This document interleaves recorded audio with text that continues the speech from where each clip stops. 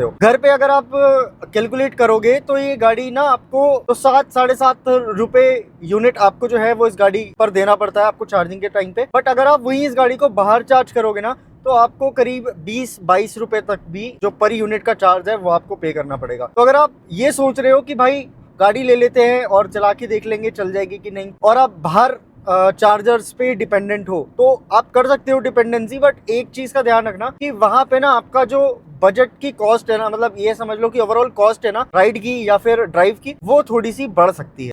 नमस्कार दोस्तों, मेरा नाम है ऋषभ और आज मेरे पास में है टाटा टियागो .EV। ये जो ईवी है या ये जो गाड़ी है इसका हमारे पास में है 24 किलोवाट आवर का बैटरी पैक। और आज मैं इस गाड़ी का आपको एक रेंज टेस्ट देने वाला हूँ। इस गाड़ी को कम्प्लीटली हम लोग हाईवे पे चलाने वाले हैं। ये एक इंटरसिटी रेंज टेस्ट होगा जिसमें पता करेंगे कि ये गाड़ी 100% से लेके 0% तक कितने किलोमीटर्स ड्रिवन होती है। मैं इस गाड़ी को कम्प्लीटली गाजियाबाद से लेके और पानीपत के बीच में चलाने वाला हूँ। हाईवे का रन होगा और कंप्लीट इस गाड़ी को देखने वाले हैं आज की ये गाड़ी कितने किलोमीटर चलती है। बिना किसी देरी के सबसे पहले मैं आपको गाड़ी के अंदर चल के दिखाता हूँ कि ये गाड़ी कितने % चार्ज है। अभी आप चेक करो कि ये गाड़ी 100% चार्ज है। उसकी ट्रिप ए को मैंने 0 कर दिया है और ट्रिप बी को भी मैंने 0 कर दिया है और उसकी ऑटो रेटिंग पे 12,272 किलोमीटर ड्रिवन है। इस ट्रिप के दौरान हम इस गाड़ी का एसी जो है वो परमानेंट यहाँ पे ऑन रखेंगे। तो भाई अभी आप देख सकते हो कि मैं इस गाड़ी को लेकर हाईवे पे आ गया हूँ और ये जो माइलेज टेस्ट है ना, ये उन लोगों के लिए बहुत ज़्यादा बेनिफिशियल है जो लोग इस गाड़ी को इंटरसिटी चलाना चाहते हैं। तो अभी मैं करीब इस गाड़ी को लेकर अपने घर से करीब 100 किलोमीटर्स जा रहा हूँ और अभी मैं ना गाड़ी को करीब 16 किलोमीटर्स चला दिए हैं, जिसमें इस गाड़ी ने 9% बैटरी जो है वो यूज़ कर ली है।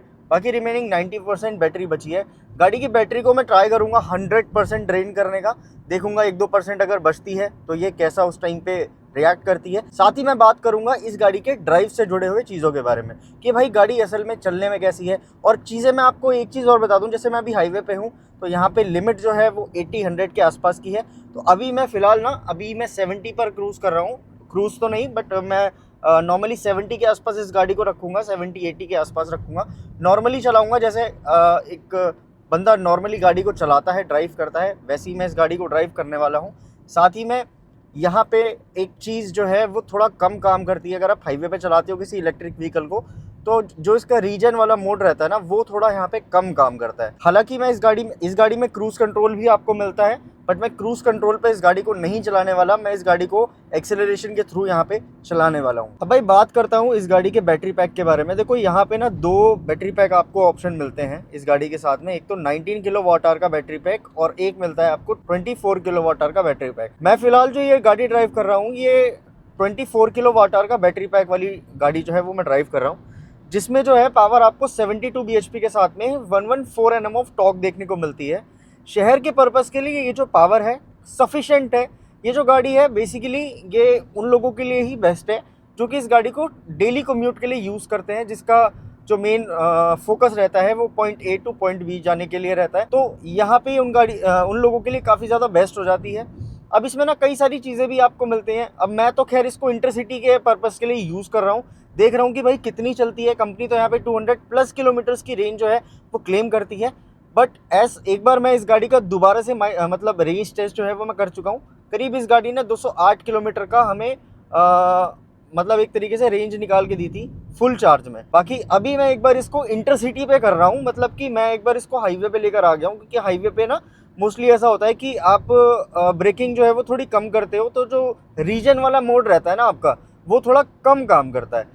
तो यही सीन है। अब मैं देखने वाला हूँ कि ये गाड़ी हाईवे पर्पज़ के लिए अगर कोई लेता है, इंटरसिटी पर्पज़ के लिए लेता है, तो ये गाड़ी क्या रेंज निकाल के देती है। इसी के साथ ही अगर मैं गाड़ी के मोड्स की बात करूं कि इसमें आपको क्या ड्राइविंग मोड्स मिलते हैं, तो भाई इसमें सिर्फ आपको 2 मोड्स मिलते हैं। जब आप इस गाड़ी को आइडियली स्टार्ट करते हो, लेकर चलते हो, तब ये गाड़ी जो है ना वो डी मोड पे सेलेक्ट करके चलती है और उसके बाद में एक आपको स्पोर्ट्स मोड मिलता है। यानी कि 2 मोड्स, एक सिटी मोड आप बोल सकते हो और एक स्पोर्ट्स मोड आप बोल सकते हो। तो 2 मोड ही आपको इस गाड़ी के अंदर देखने को मिलेगा। बाकी अगर ड्राइविंग से रिलेटेड बात करूं तो भाई शहर में मैं इस गाड़ी को करीब कुछ नहीं तो 2-4 दिन से ही यूज़ कर रहा हूं और मुझे ये गाड़ी ना शहर के पर्पज़ के लिए बहुत ज़्यादा बेटर लगी।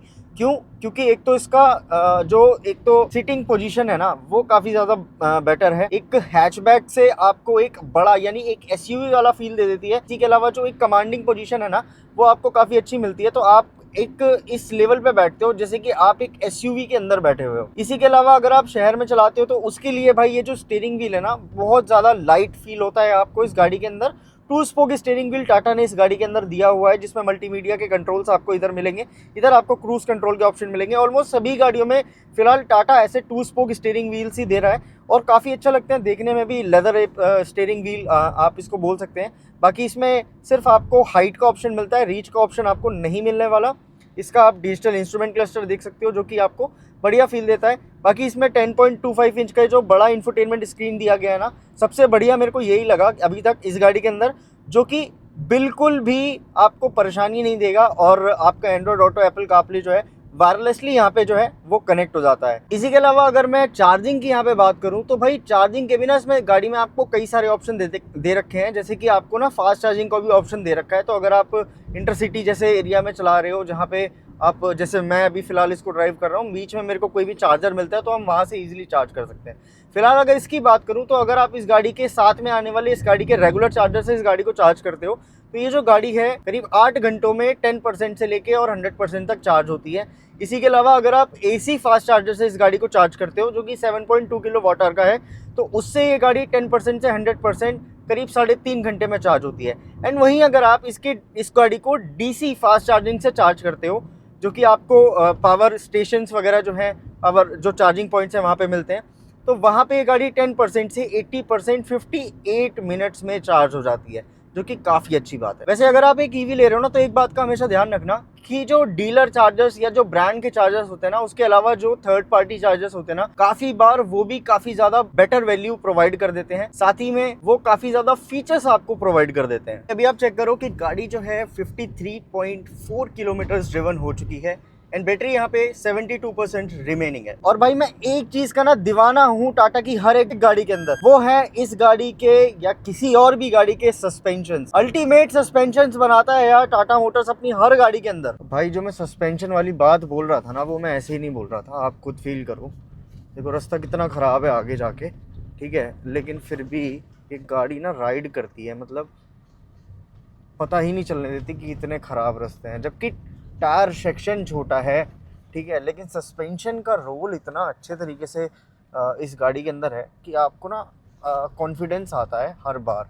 और मैं सिर्फ इससे टियागो ईवी के बारे में नहीं कह रहा, अगर आप इनका कोई आइस वाला वेरिएंट भी खरीदते हो, लेट सपोज कि अगर आप टियागो सीएनजी या फिर टियागो पेट्रोल भी लेते हो ना, वहाँ पे भी आपको सेम ही सस्पेंशन, जो थोड़ा बहुत सस्पेंशन का सेटअप है वहाँ पे लगभग सेम ही आपको देखने को मिलता है। तो टाटा की ना कोई भी गाड़ी आप पकड़ लो, गाड़ी सस्पेंशन वाइज अगर आप देखते हो ना, तो आपको लिटरली फील जो है ना वो काफ़ी ज़्यादा बेटर होने वाला है। भाई गाड़ी 94.2 किलोमीटर चल चुकी है, 52% बैटरी जो है वो अवेलेबल है अभी यहाँ पे, और जिसमें रेंज दिखा रहा है 117 किलोमीटर्स की। अगर आप ये सोच रहे हो गाड़ी में जो आपको 72 bhp मिल जाती है विद 114 Nm ऑफ टॉर्क, तो काफ़ी सारे लोग ये सोचेंगे कि भाई शायद ये गाड़ी ना इतना पावरफुल नहीं होगी, बट यहाँ पे ना स्पोर्ट्स मोड आता है। मैंने स्पोर्ट्स मोड लगाया और ये देखना कैसे भागेगी।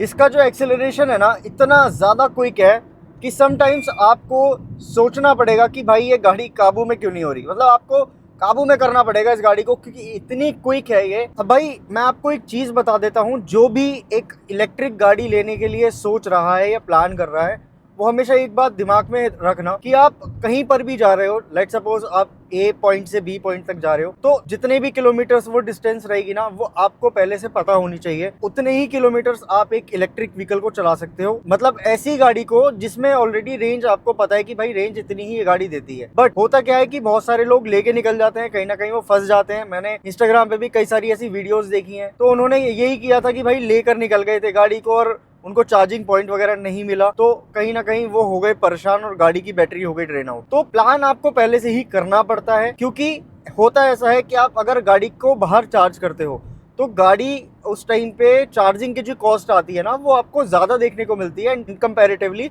अगर आप इस गाड़ी को होम चार्ज, मतलब घर पे चार्ज करते हो। घर पे अगर आप कैलकुलेट करोगे तो ये गाड़ी ना आपको तो 7-7.5 रुपए यूनिट आपको जो है वो इस गाड़ी पर देना पड़ता है आपको चार्जिंग के टाइम पे। बट अगर आप वही इस गाड़ी को बाहर चार्ज करोगे ना, तो आपको करीब 20-22 रुपए तक भी जो पर यूनिट का चार्ज है वो आपको पे करना पड़ेगा। तो अगर आप ये सोच रहे हो कि भाई गाड़ी ले लेते हैं और चला के देख लेंगे चल जाएगी कि नहीं, और आप बाहर चार्जर्स पे डिपेंडेंट हो तो आप कर सकते हो डिपेंडेंसी, बट एक चीज का ध्यान रखना कि वहां पे ना आपका जो बजट की कॉस्ट है ना, मतलब ये समझ लो कि ओवरऑल कॉस्ट है ना राइड की या फिर ड्राइव की, वो थोड़ी सी बढ़ सकती है। इस चीज का आपको ध्यान रखना पड़ेगा जब आप एक ईवी गाड़ी प्लान कर रहे हो। भाई 120 किलोमीटर गाड़ी ड्रिवन हो चुकी है एंड 35% बैटरी अभी भी रिमेनिंग है। रेंज 73 किलोमीटर की दिखा रहा है एंड अगर मैं बात करूं मेरे डेस्टिनेशन की, तो वो 66 किलोमीटर करीब दूर है यहाँ से। और देखते हैं कि भाई मैं घर पहुंच पाता हूं कि नहीं पहुंच पाता। साथ ही में अगर हम बात करें तो 65% बैटरी जो है वो 125 किलोमीटर्स में कंज्यूम हुई है। बाकी रीजन के तीनों ही लेवल्स को मैंने लगा रखा है यहाँ पे एंड गाड़ी अगेन यहाँ पे कंटिन्यूसली हाईवे पर ही चल रही है।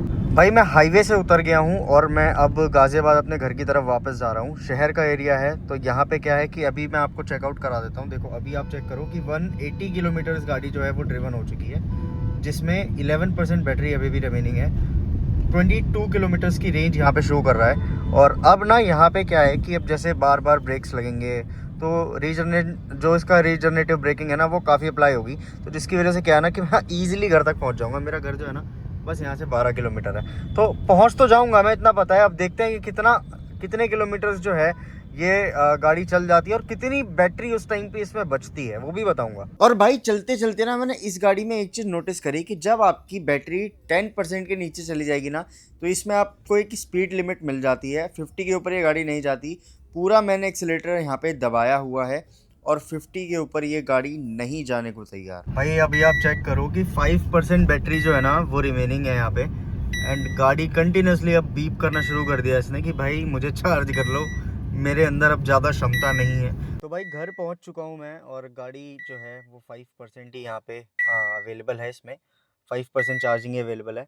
चार्ज की यहाँ पे लाइट जो है वो ब्लिंक हो रही है। 191.8 किलोमीटर्स गाड़ी ड्रिवन हो चुकी है। 5% बची है। अब मैं आपको कुछ चीज़ें बता देता हूँ इस गाड़ी के बारे में। पर्टिकुलर है क्या यहाँ पे कि अगर आप इस गाड़ी को शहर में चलाओगे तो ये 210 के आसपास चलती है, यानी कि 1% के अंदर ये करीब 2.5 किलोमीटर का रेशियो निकाल के देती है। करीब 2 या 2.5 किलोमीटर का रेशियो निकाल के देती है। बट अगर आप इसको कम्प्लीटली हाईवे पे चला रहे हो तो 1% में ये करीब 2 किलोमीटर के आसपास चलती है। तो अगर 5% इसमें बैटरी अभी बची हुई है ना तो ये करीब गाड़ी जो है वो और 10 किलोमीटर चल जाएगी लोकल में ही।